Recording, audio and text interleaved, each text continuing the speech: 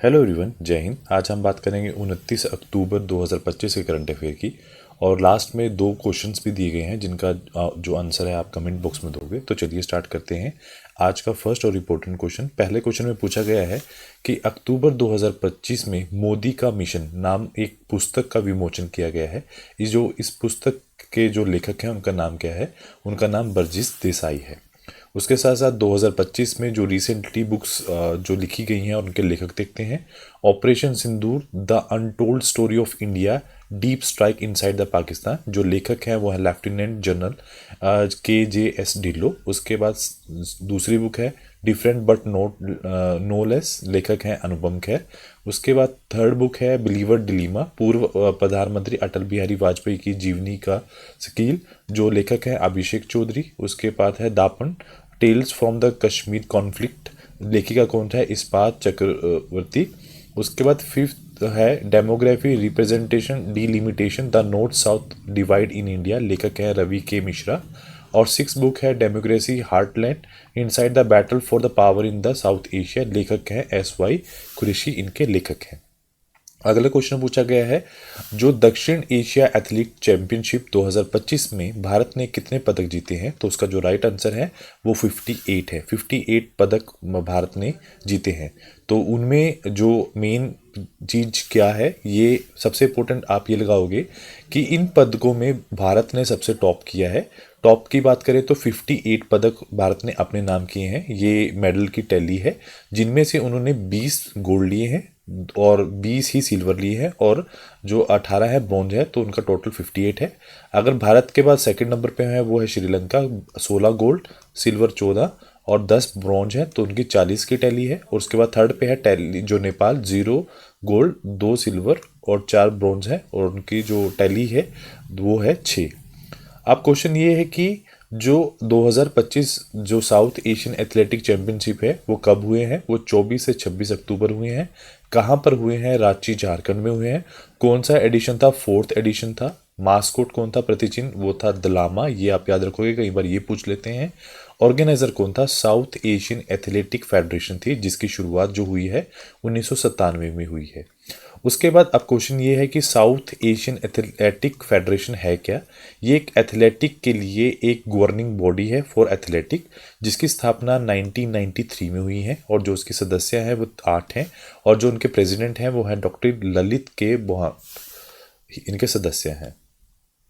उसके बाद अगला क्वेश्चन पूछा गया है कि कौन सा देश पहली बार जो है एशिया पैसिफिक एक्सीडेंट इन्वेस्टिगेशन जो ग्रुप है उसकी बैठक है वो आयोजित कर रहा है?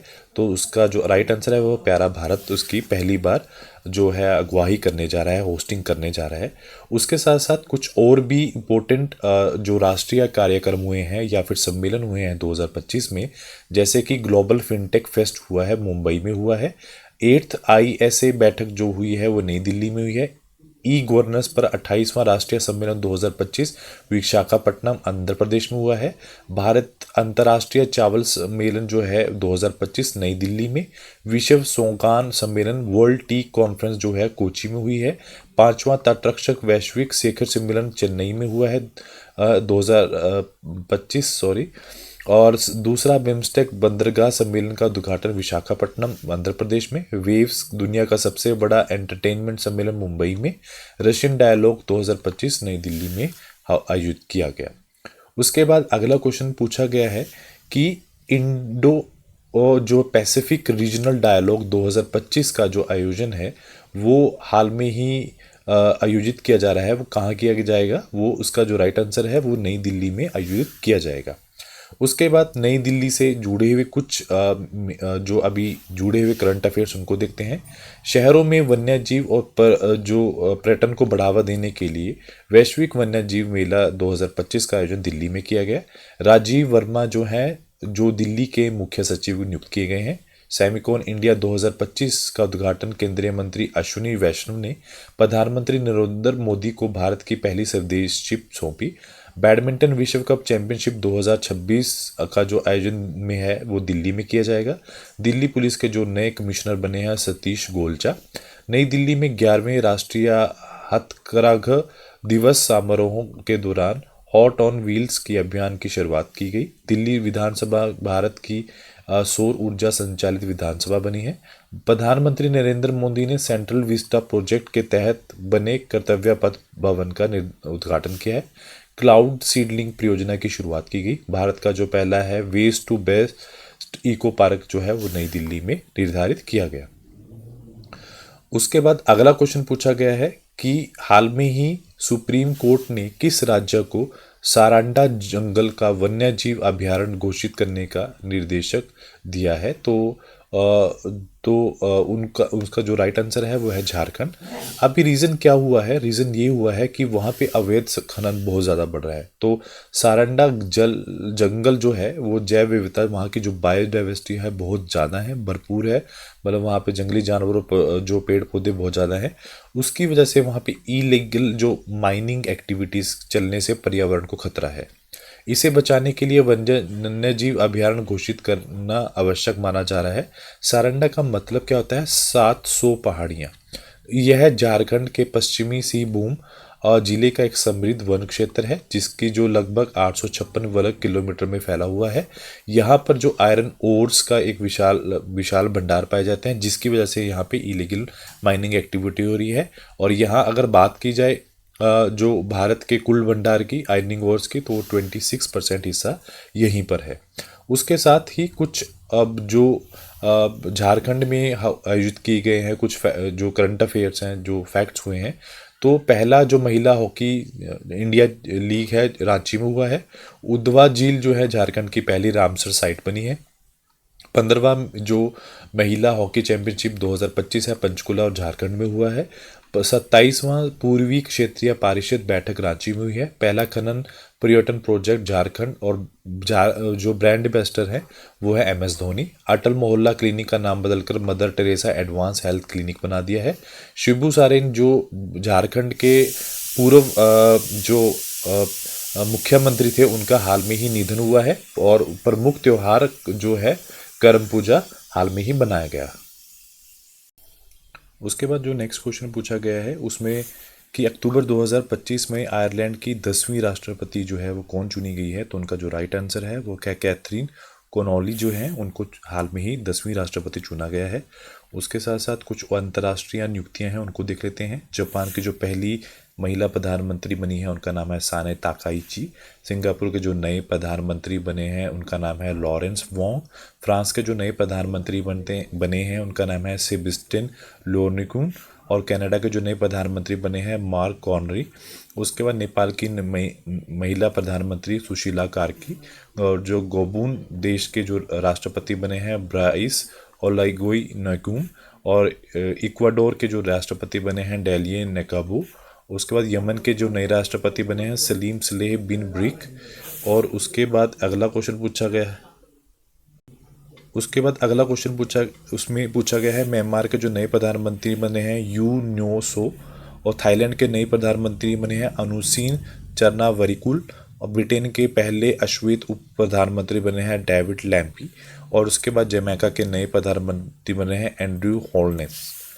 अगला क्वेश्चन पूछा गया है उसकी हाल में ही किस राज्य ने बरनवापारा वन्यजीव अभयारण्य में 50 साल बाद काले हिरण की आबादी की सफलतापूर्वक पुनर्जीवित किया है। तो उसका जो राइट आंसर है छत्तीसगढ़ में ये हुआ है।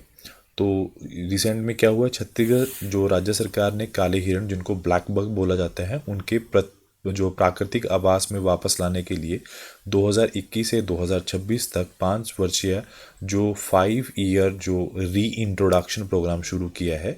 यह कार्यक्रम मुख्य रूप से बरनवापारा वन्यजीव अभयारण्य में लागू किया गया।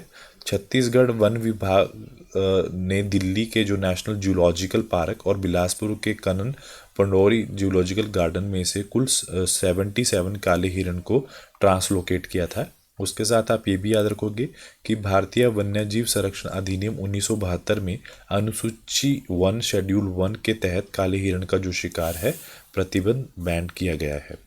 उसके बाद अगला क्वेश्चन पूछा गया है कि अक्टूबर 2025 में भौतिक मतलब फिजिक्स के क्षेत्र में जो जो आउटस्टैंडिंग कंट्रीब्यूशन के लिए जो अवार्ड दिया गया है, विज्ञान रत्न सम्मान से किसे सम्मानित किया गया है, तो उनका नाम है जयंत और विष्णु लीलाकर को सम्मानित किया गया है। उसके साथ अब ये है क्या, तो राष्ट्रीय विज्ञान पुरस्कार 2025 की 4 श्रेणियां हैं: विज्ञान रत्न, विज्ञान श्री, विज्ञान युवा और विज्ञान टीम पुरस्कार। अगर हम मेन अवार्ड की बात करें, विज्ञान रत्न में जो प्रोफेसर जयंत विष्णु लीलाकर, वो इनको फिजिक्स डिपार्टमेंट से मिला है। विज्ञान टीम पुरस्कार में CSIR ओरामा मिशन टीम कृषि विज्ञान में मिला है। उसके साथ साथ कुछ विज्ञान श्री पुरस्कार हैं, जैसे डॉक्टर ज्ञानेंद्र प्रताप सिंह कृषि विज्ञान, डॉक्टर यूसुफ मोहम्मद शेख परमाणु ऊर्जा, डॉक्टर के थंगराज जैविक विज्ञान, डॉक्टर प्रदीप थपली रसायन विज्ञान, डॉक्टर अनिरुद्ध भालचंद्र पंडित अभियंत्रण विज्ञान, डॉक्टर SK वेंकट मोहन पर्यावरण विज्ञान, डॉक्टर मोहन MJ गणित व कंप्यूटर विज्ञान, डॉक्टर जियान N अंतरिक्ष विज्ञान प्रौद्योगिकी में मिला है। उसके बाद अगला क्वेश्चन पूछा गया है, किस देश ने परमाणु ऊर्जा पर चलने वाली 9M730 जो ब्यूरेटिंग क्रूज मिसाइल का सफलपूर्वक जो है परीक्षण किया है, तो उसका राइट आंसर है रशिया ने हाल में ही परीक्षण किया है। उसके साथ साथ हुआ क्या है, जो यह एक न्यूक्लियर कैपेबल और परमाणु संचालित क्रूज मिसाइल है जिसकी रेंज 14,000 किलोमीटर से अधिक है। यह लगभग 15 घंटे तक हवा में उड़ने की क्षमता भी रखती है। यह जो मिसाइल है परमाणु ऊर्जा से चलती है, जिसकी जो रेंज है वो लगभग असीमित हो जाती है, और उसको नाटो नाम दिया गया है SSC X9 स्काईफॉल। उद्देश्य क्या है, रूस की लंबी दूरी की रणनीति रक्षा क्षमता को मजबूत करना। उसके बाद अगला क्वेश्चन पूछा गया है कि हाल में ही 40वें यूरोपीय शतरंज क्लब जो है कप प्रतियोगिता में डी गोएश और दिव्या देशमुख को कौन सा पदक मिला है, तो उन दोनों को जो है स्वर्ण पदक मिला है। उसके साथ रिसेंटली हुआ क्या है, जो डी गोएच हैं उन्होंने ओपन सेक्शन में टीम सुपर चेज रोमानिया की ओर से खेलते हुए व्यक्तिगत बोर्ड प्रदर्शन में स्वर्ण पदक गोल्ड मेडल अपने नाम किया है। अगर हम बात करें दिव्या देशमुख की, पहली सेक्शन में अपनी टीम कैरसल चेस मॉन्ट कॉर्नो में की ओर से उन्होंने व्यक्तिगत बोर्ड में स्वर्ण पदक जीता है। अगर हम टूर्नामेंट की बात करें, 19 से 25 अक्टूबर 2025 में रोडेस पैलेस ग्रीक में ये टूर्नामेंट हुई है। उसके बाद अगला क्वेश्चन पूछा गया है, अक्टूबर 2025 में प्रधानमंत्री नरेंद्र मोदी ने कहां पर 22 जो आसियान भारत शिखर सम्मेलन की वर्चुअल रूप से संबोधित किया है, तो उसका जो राइट आंसर है, तो उसका राइट आंसर है कुआलालंपुर मलेशिया में। इसका राइट आंसर है option C is the right answer. उसके बाद हुआ क्या है, जो 22वां आसियान भारत शिखर सम्मेलन है 2025, जो 26 अक्टूबर 2025 को आयोजित किया गया कुआलालंपुर मलेशिया में, प्रधानमंत्री नरेंद्र मोदी ने शिखर सम्मेलन वर्चुअल माध्यम से भाग लिया है। अगर हम बात करें भारत की ओर से, विदेश मंत्री S जयशंकर ने ऑन साइट प्रतिनिधित्व किया है। फोकस क्या है, वैश्विक स्थिरता और विकास के लिए साझेदारी को मजबूत करना, आतंकवाद से निपटना, और इसकी आपकी बार की जो थीम थी इंक्लूसिविटी एंड सस्टेनेबिलिटी, आपकी बार आसियान बात जो है की थीम थी। उसके बाद नेक्स्ट क्वेश्चन पूछा गया है कि हाल में ही अक्टूबर 2025 में किस राज्य केंद्र शासित प्रदेश में 150 साल पुरानी मतलब 150 साल पुरानी दरबार मूव परंपरा को 4 साल के अंतराल के बाद बहाल किया गया है, तो उसका जो राइट आंसर है Jammu Kashmir is the right answer. हुआ क्या है, आपको ये याद रखना है, दरबार मूव परंपरा 1872 में महाराजा गुलाब सिंह ने की थी। उन्होंने शिमला की तरह राजधानियों को गर्मियों में श्रीनगर और शीतकालीन में जम्मू स्थानांतरित करने की पद्धति को अपनाया था। अगर हम बात करें कुछ मुख्य तथ्यों की, तो जो प्रारंभ कब हुई थी 1872 में, शुरू करने वाले कौन थे, महाराजा गुलाब सिंह, गर्मियों की राजधानी श्रीनगर, शीतकालीन की जम्मू। यह व्यवस्था जून 2021 में रोक दी गई थी, इसे 2025 में पुनः बहाल कर दिया गया है। और आज का जो लास्ट क्वेश्चन है वो ये पूछा गया है कि अक्टूबर 2025 में किस राज्य सरकार ने PM श्री स्कूल योजना में शामिल होने के लिए किस केंद्र के साथ समझौता एमओयू साइन किया है, तो उसका जो राइट आंसर है केरल के साथ उन्होंने एमओयू साइन किया है। अब क्वेश्चन ये भी आता है कि जो पीएम श्री योजना है, जो प्रधानमंत्री स्कूल फॉर राइजिंग इंडिया योजना है, उसकी जो शुरुआत हुई थी 7 सितंबर 2022 को हुई थी। क्यों हुई थी? जो मौजूदा स्कूलों की गुणवत्ता जो रूप में मजबूत करना, राष्ट्रीय शिक्षा नीति 2020 के कार्यान्वयन मॉडल प्रस्तुत करना ताकि उन्हें आदर्श स्कूल बनाया जा सके। इनका जो आधार है राष्ट्रीय शिक्षा नीति के 6 सितंबर पर आधारित स्तंभ है जो उन पर आधारित है। अवधि 2022-2023 से 2026-2027 तक। लागत कितनी है? 27,360 करोड़ रुपए।